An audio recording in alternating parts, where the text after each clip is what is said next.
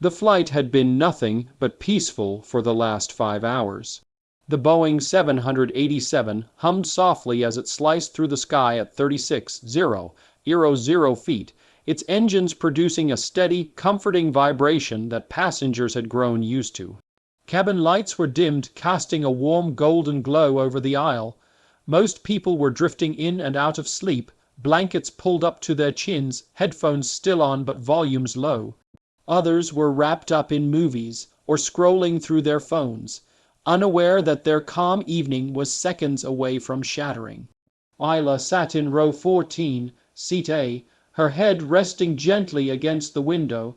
The night sky outside was pitch black, except for the faint curve of distant city lights far below. She had been reading a book on aviation, something she always did on flights when sleep began to wash over her. Flying fascinated her, it always had. From the moment she first stepped into a cockpit at age 12, aviation became her world. But despite her passion, she had only trained on tiny Cessna aircraft, nothing remotely close to the giant machine she was sitting in now. Her eyes were just beginning to close when something unusual happened.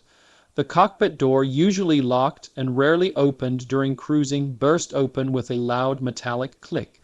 Ayla's eyes snapped open. Around her, passengers jerked awake, startled by the sudden disturbance. A flight attendant, pale and breathing hard, stumbled out. Her hands were shaking, and panic was written all over her face. For a moment she looked around as if unsure how to deliver the terrifying news trapped in her throat. Then, with a voice that trembled like a leaf in the wind, she finally managed to speak. Is there anyone on board who can fly a plane?" she said, almost choking on the words. Whispers rose instantly across the cabin. "What, fly a plane? Is this a joke? Someone call the captain." The flight attendant shook her head rapidly, tears welling in her eyes. "Our captain is unconscious," she added, louder this time, and her voice echoed through the cabin like a siren. A collective gasp filled the aircraft. The energy in the cabin flipped from relaxed to terrified in seconds. Passengers sat upright, looking at each other with fear and confusion. Some reached for seatbelts, tightening them out of pure instinct. A few grabbed the hands of loved ones. Others froze in place, unable to comprehend what they had just heard. Ayla's heart hammered against her ribs. She felt the air around her grow heavier. She had read about such emergencies before, but they were rare, unbelievably rare. The kind of thing you only see in movies. But this was not a movie, this was real. The flight attendant scanned the rows desperately. "Please," she said, voice cracking. "We need someone with any flying experience at all. Anything." For a moment no one moved. Then, in row 14, Ayla felt her legs lifting her out of her seat before she even fully realized what she was doing. Her whole body felt shaky. She wasn't sure if this was bravery or fear guiding her, maybe both. Passengers turned to look at her. An 18-year-old girl, barely an adult, standing in the middle of a life or death situation. She swallowed hard. I have flight training," she finally said, her voice soft but steady enough to be heard. The flight attendant blinked in shock. "You do?" Ayla nodded. "I've flown Cessnas, small aircraft, single engine." Her throat tightened. Nothing like this. The attendant didn't hesitate for even a second. She grabbed Ayla's wrist and whispered, "Right now, you're the closest thing we have to hope." Ayla's stomach dropped. The responsibility hit her all at once. She wasn't stepping into a simulator. She wasn't going on a casual training flight. This was a massive commercial aircraft carrying 250 people, and something had gone terribly, terribly wrong in the cockpit. But backing out wasn't an option, not when lives were hanging in the balance. Ayla took a deep breath and followed the flight attendant toward the cockpit. Her legs felt like they were made of water, but determination kept her moving.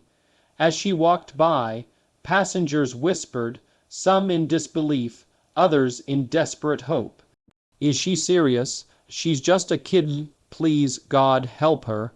The narrow hallway leading to the cockpit felt colder, darker, and more intense than she had ever imagined. The closer she got to the door, the louder her heartbeat became. She could hear faint alarms through the crack in the doorway, urgent and nerve-wracking. A pit formed in her stomach as she stepped inside. The cockpit was chaos. Red and amber warning lights blinked furiously across the panel.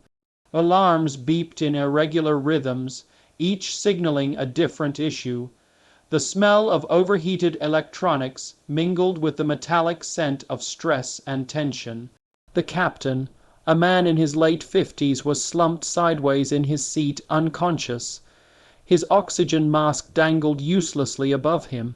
A second flight attendant was trying to lift him upright, her face drenched in fear. The co-pilot, drenched in sweat, was fighting to stabilize the plane, gripping the controls with white knuckles. He looked up when Ayla entered. "Who are you?" he demanded, breathless. "She has flight training," the flight attendant said quickly. "Small planes, but that's better than nothing," he said before the attendant could finish. Ayla stepped closer. "Tell me what you need." But before he could answer, the co-pilot's hand slipped from the controls. His breathing grew shallow. His chest heaved irregularly. Ayla's eyes widened as he collapsed backward, the oxygen mask slipping from his face. "No, no, no, no," the flight attendant cried. Ayla froze for half a second. Both pilots were down. The alarms grew louder. The plane dipped slightly, and the entire cockpit shuddered. Her mind screamed, "This is impossible. You can't fly this. You're 18, you've never even touched a jet." But another voice inside whispered back, "If you don't try, everyone dies." Ayla slid into the captain's seat. Her hands trembled as they hovered over the controls. The sheer complexity of the cockpit overwhelmed her. Hundreds of buttons, digital readouts, switches, gauges, and screens flashing warnings she didn't fully understand. The radio crackled. "Flight 472, this is air traffic control. We see irregular altitude changes. Respond immediately." Ayla hesitated, staring at the radio, terrified to answer. "Say something," the attendant whispered. She reached for the mic with a trembling hand. This is Ayla," she said, her voice unsteady. "Both pilots are unconscious. I have basic flight training, and I'm currently at the controls." A moment of stunned silence followed. Even ATC didn't seem to know how to respond. Then a voice, calm and steady, came through the speaker. "Ayla, we're here. We will guide you. Just listen to everything we say." Those words felt like a lifeline thrown into stormy waters. She closed her eyes for a moment and inhaled slowly. She had practiced breathing like this during stressful training flights. Focus, calm, control. When she opened her eyes, her fear was still there, but so was something stronger. Determination. "Okay," she said. "Tell me what to do." The attendant placed a reassuring hand on her shoulder. "You've got this." Ayla tightened her grip on the yoke. The massive aircraft responded slowly, like a giant waking from sleep. She adjusted her posture, bracing herself for what was coming. This wasn't just a flight anymore. This was a rescue mission, too. 150 people counting on the courage of an 18-year-old girl who had never flown anything bigger than a four-seater plane. And she wasn't going to let them down. Ayla stepped into the cockpit, and the moment her foot crossed the threshold, it felt like she had entered another world. A world of noise, chaos, and flashing red warnings. The air inside was thick, warm, and tense, almost vibrating with the hum of electronics and the shrill sounds of alarms. The cockpit was small, cramped, and suffocating compared to the calm cabin she had just walked through. Her breath caught in her throat. Alarms were blaring in rapid beeps, screens were glowing in angry colors, and a red master caution light flashed repeatedly, casting quick bursts of red across her face. Warning indicators flickered across the overhead panel like a storm of tiny lightning bolts. The aircraft wasn't in a dive, but it wasn't stable either. It dipped slightly to the right, causing her to grab the doorframe to steady herself. In the captain's seat, the co-pilot was hunched forward, wrestling with the yoke. His knuckles were white from the pressure he was applying. Sweat trickled down his forehead, and his breathing was fast, shallow, and panicked. He looked over his shoulder when Ayla entered, desperation carved into every line of his face. "You know how to fly?" he gasped, barely pausing between breaths. Ayla swallowed. The question hit her like a gust of wind. Her instinct begged her to run back out of the cockpit and pretend she hadn't heard anything. But her legs stayed rooted to the floor, and her voice, though shaky, found its way out. "A little, but not this," she whispered, feeling the immense weight of that truth. The co-pilot closed his eyes for a split second, relief, disbelief, and fear all mixing together. "It's enough," he said. "Come here, sit quickly." He motioned frantically for her to take the captain's seat. Ayla's hands trembled as she slid into the seat, the leather still warm from the pilot who had collapsed earlier. She felt the height of the cockpit, the reach of the wide windshield, the dizzying amount of controls. It was like stepping into the cockpit of a spaceship. Thousands of feet below them, the world was dark and vast, the faint outlines of landscapes barely visible beneath clouds. Inside, it felt like a storm was raging. The co-pilot reached across her and began flipping switches and silencing alarms, though several remained flashing persistently. "Hold the yoke," he instructed, voice trembling. "Just keep it level, don't let it dip more." Ayla wrapped her hands around the controls. They were heavier than she expected, stiff and resistant. Her pulse thudded painfully in her neck. She nodded, though fear made her feel like her body was made of stone. The plane dipped again. Ayla reacted on instinct, gently pulling the yoke back and leveling the wings, something she remembered from Cessna training flights. The jet responded slowly, like an enormous creature waking from a restless sleep. The nose lifted slightly and the aircraft steadied. The co-pilot shot her a shocked look. "Good, good, just like that. Keep your movements small." His voice was calmer now, but his face suddenly paled and his hands slipped from the controls. "Sir," Ayla said, alarm rising again. Before she could react, the co-pilot coughed, clutched at his chest, and slumped sideways in his seat. His oxygen mask dangled uselessly above him, swaying like a pendulum. His eyes fluttered, then closed. His breathing weakened. Within seconds he went still. "No, no, stay with me," Ayla cried, shaking his shoulder. But he didn't respond. Her heart pounded like a drum. Both pilots unconscious. Her blood went cold. She stared at the lifeless co-pilot, the captain still unresponsive in the other seat, and then back at the controls in front of her. The realization hit her like a crushing wave. She was completely alone, a teenager, an inexperienced student pilot. At the controls of a massive passenger jet carrying 250 people, her hands tightened on the yoke until her knuckles turned white. The jet wobbled again, dipping slightly as her panic interfered with her focus. Ayla forced herself to breathe, deep, slow, like her flight instructor had taught her. Calm is control, he'd always told her. Control is survival. The cockpit felt too hot, the air tasted metallic. She heard the faint hum of frightened passengers behind her, though she couldn't see them. She imagined their fear, their families, their trust. She couldn't let them die. The radio crackled suddenly, making her flinch. A calm male voice broke through the static. "Flight 721, this is air traffic control. We're detecting altitude fluctuations. Please respond." Ayla stared at the radio. She didn't want to press the button. She didn't want to admit how dire the situation was. But silence would be worse. Her hand moved slowly, like it weighed 100 pounds, and pressed the small, black button on the control column. This is Ayla," she said, voice shaking. "Both pilots are unconscious. I'm in the captain's seat. I have flight training, but only on small planes." A pause. Then another. She imagined the entire ATC tower freezing in disbelief. Finally, the controller's voice returned. Gentle, steady, reassuring, like a hand extended in the dark. "Ayla, listen to me carefully. You're not alone. We're going to help you. Everything will be okay." The words cracked something inside her. Tears pricked at the corners of her eyes, not from fear, but from the sudden relief of not being abandoned in this nightmare. "Okay," she whispered. "Tell me what to do." First instruction came fast. "Keep the wings level. Keep your altitude steady at 36,000 feet." Ayla straightened her back and adjusted the yoke. The plane obeyed, albeit sluggishly. Her touch had to be careful. delicate this wasn't the light Cessna she was used to.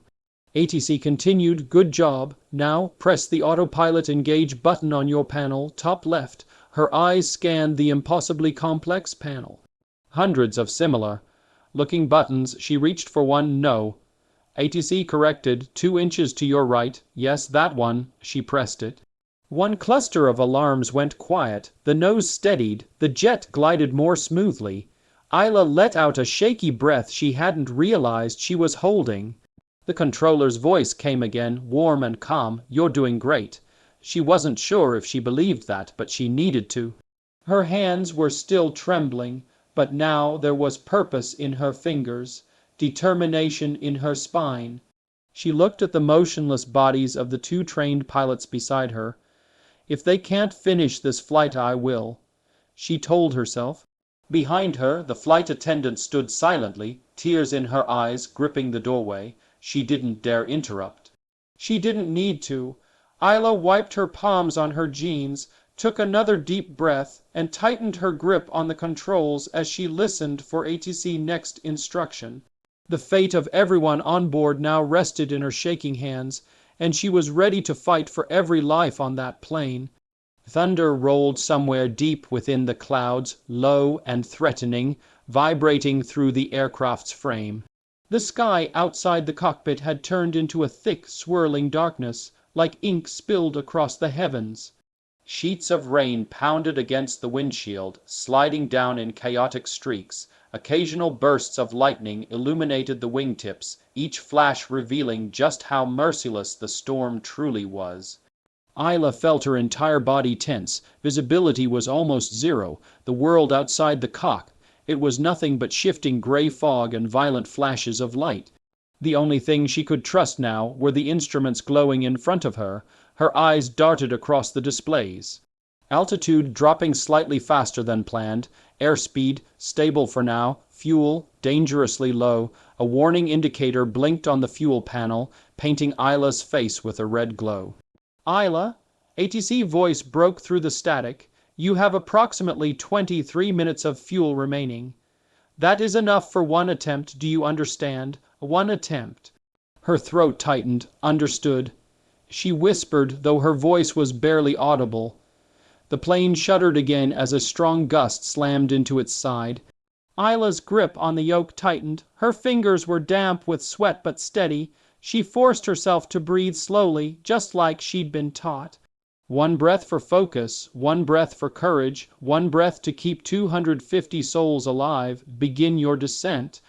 ATC instructed from hundreds of miles away, their voices calm even as storm interference crackled around every word.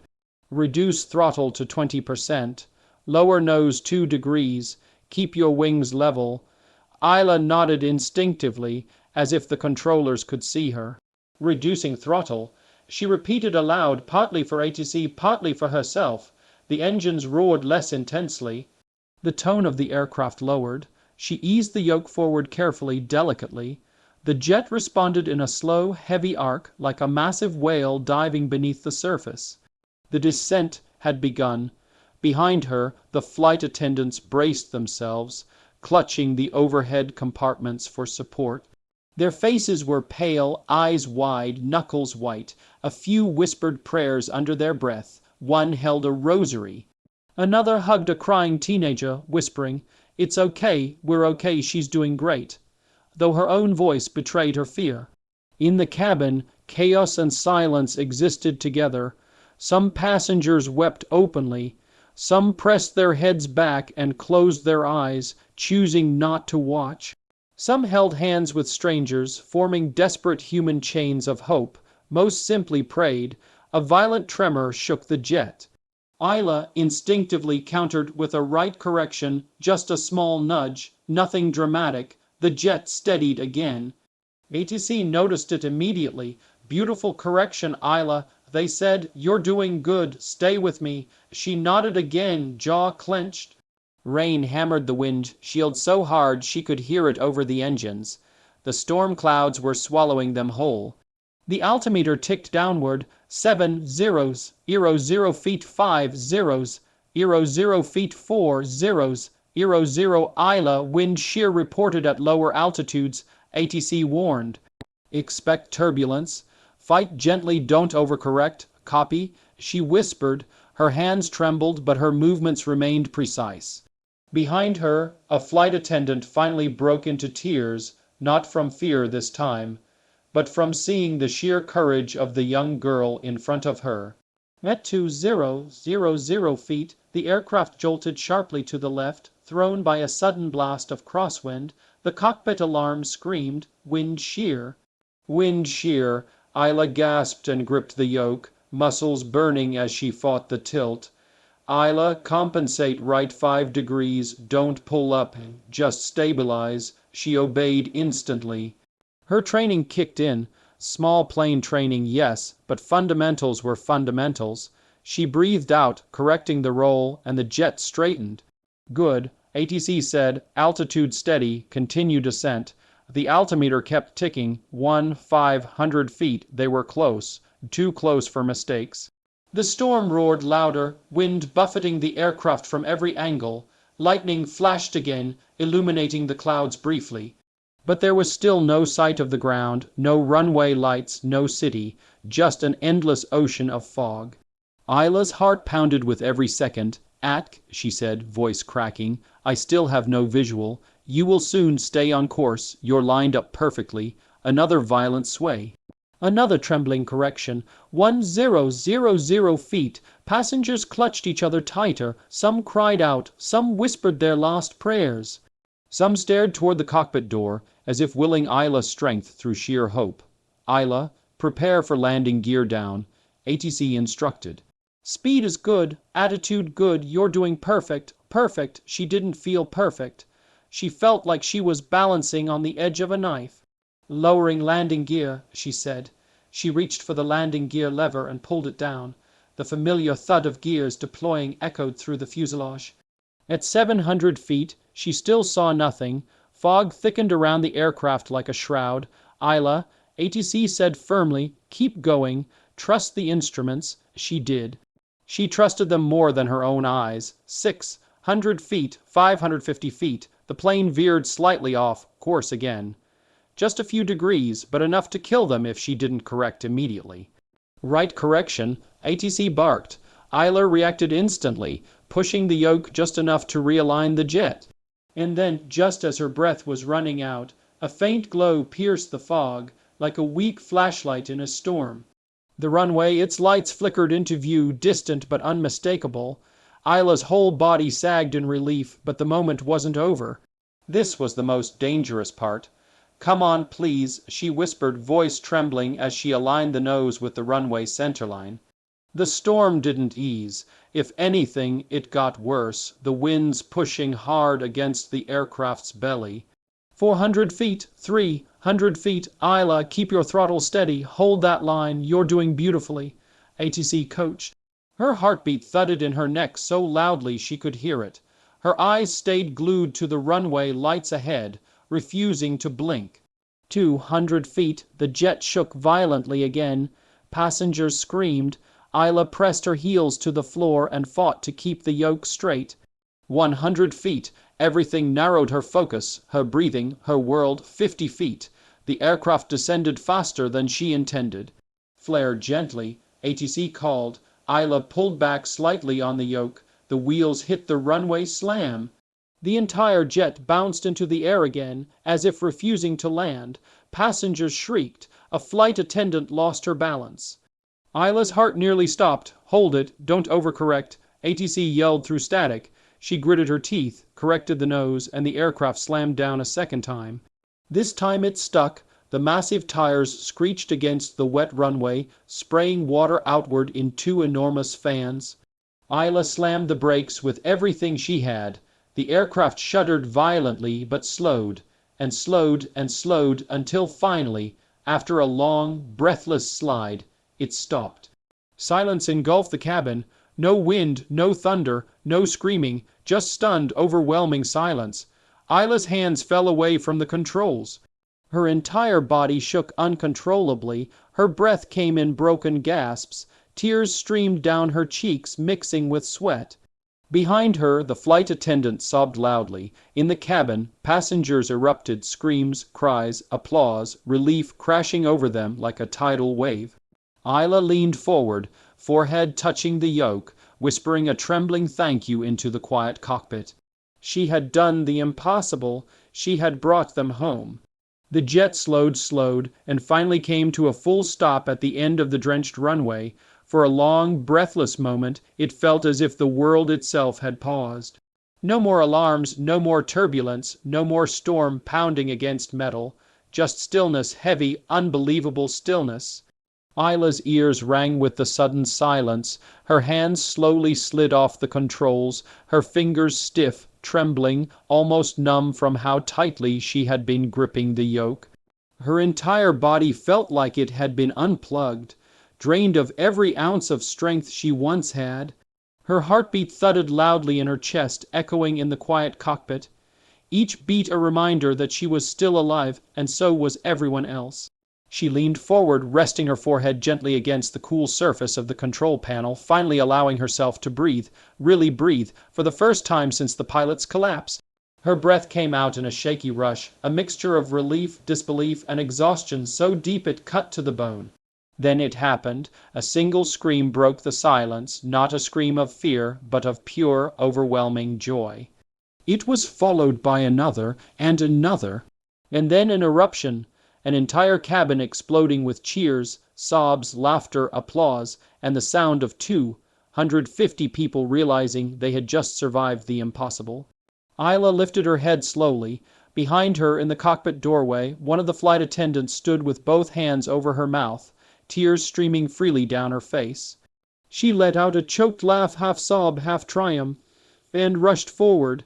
Before Ayla could react, the woman wrapped her arms around her from behind, whispering through broken breaths, "You did it! Oh my God, you did it!" Ayla didn't know whether to smile or cry. Her own tears fell silently, dripping onto her trembling hands. When she finally unbuckled the captain's seatbelt and stood up, her legs felt weak, shaky, almost too fragile to carry her weight. But the flight attendant held her elbow gently, guiding her out of the cockpit like she was guiding someone stepping out of a dream. The moment Ayla stepped into the cabin, a wave of emotion crashed into her.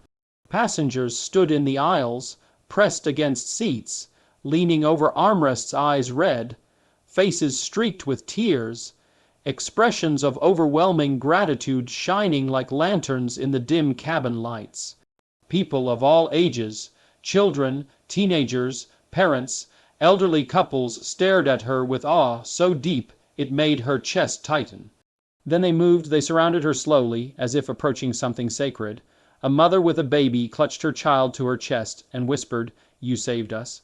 An elderly man with shaking hands reached out and gently touched her arm as if confirming she was real.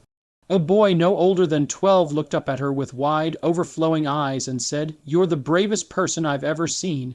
Ayla could barely speak. Her voice felt trapped in her throat, overwhelmed by the magnitude of what was happening around her. Applause broke out again, louder this time, a full, thunderous applause that echoed through the entire aircraft, louder than the storm had ever been. Some people cried openly while clapping, some held their hearts, others simply stared at her, understanding that they were witnessing a moment that would be etched into their memories forever. The flight attendants joined the passengers. One hugged her tightly, another kissed her forehead. The youngest attendant, still shaking, whispered, "You gave us a second chance at life." Ayla closed her eyes and breathed through the emotion threatening to overwhelm her. She didn't feel like a hero. She felt like someone who had simply refused to let fear win, someone who had stepped forward because no one else could, someone who had chosen courage over panic, even when both pilots professionals with years of experience couldn't continue the flight. And now the cabin doors opened. Cold night air rushed in, carrying the smell of wet asphalt and aviation fuel. Flashing red and blue lights illuminated the interior emergency vehicles, ambulances, fire trucks, security teams. Paramedics boarded the plane with urgency, rushing past passengers to reach the cockpit and attend to the unconscious pilots. But even as they worked, their eyes found her, and one by one they said it, "Hero." The word echoed through the cabin, passed between passengers and rescuers like a miracle being acknowledged. A hero, her, an 18-year-old girl with only small aircraft training, had landed a full-size commercial passenger jet in a storm with zero visibility after both trained pilots had gone down. She had done it while terrified. She had done it while completely alone. She had done it because she refused to let fear dictate the fate of 250 people. When she stepped outside, the cool air hit her skin and made her shiver. The rain had softened now, falling in a gentle drizzle. Blue runway lights glowed behind her like a river of stars. Dozens of emergency responders stood waiting, forming a path on the wet tarmac. She walked down the metal stairs slowly, each step feeling surreal. Camera flashes erupted from the far end of the runway where airport staff and early media had gathered. Someone shouted her name, someone else yelled, "Let her through. She's the one who landed the plane." At the bottom of the stairs, a firefighter with a silver helmet removed his gloves, stepped forward, and extended his hand. His expression was full of respect, a quiet, profound kind of admiration usually reserved for soldiers and people who had faced death and refused to back down. "You saved 250 souls tonight," he said, voice steady. "That's something only a true hero could do." Ayla shook her head weakly. I just did what I had to. That," the firefighter replied with a soft smile, "is exactly what makes you a hero." News of the miraculous landing spread like wildfire. Within hours, headlines around the world carried her name. Social media exploded with praise, shock, disbelief, and gratitude. Aviation experts called it one of the most extraordinary emergency landings in modern history. People everywhere were inspired by the courage of an 18-year-old girl who refused to give up. But for Ayla, the moment that stayed in her heart wasn't the applause or the cameras or the global recognition. It was the moment she looked back at the passengers disembarking. Families reunited, strangers hugging each other, people smiling through tears knowing they all got to walk away because she found them. Strength to fight when it mattered most, a quiet miracle, one the world would never forget, one that proved something powerful: heroes aren't born. They are made in moments of fear, in moments of choice, in moments when everything seems impossible, but someone stands up anyway. Ayla stood up, and because she did too, 150 lives continued.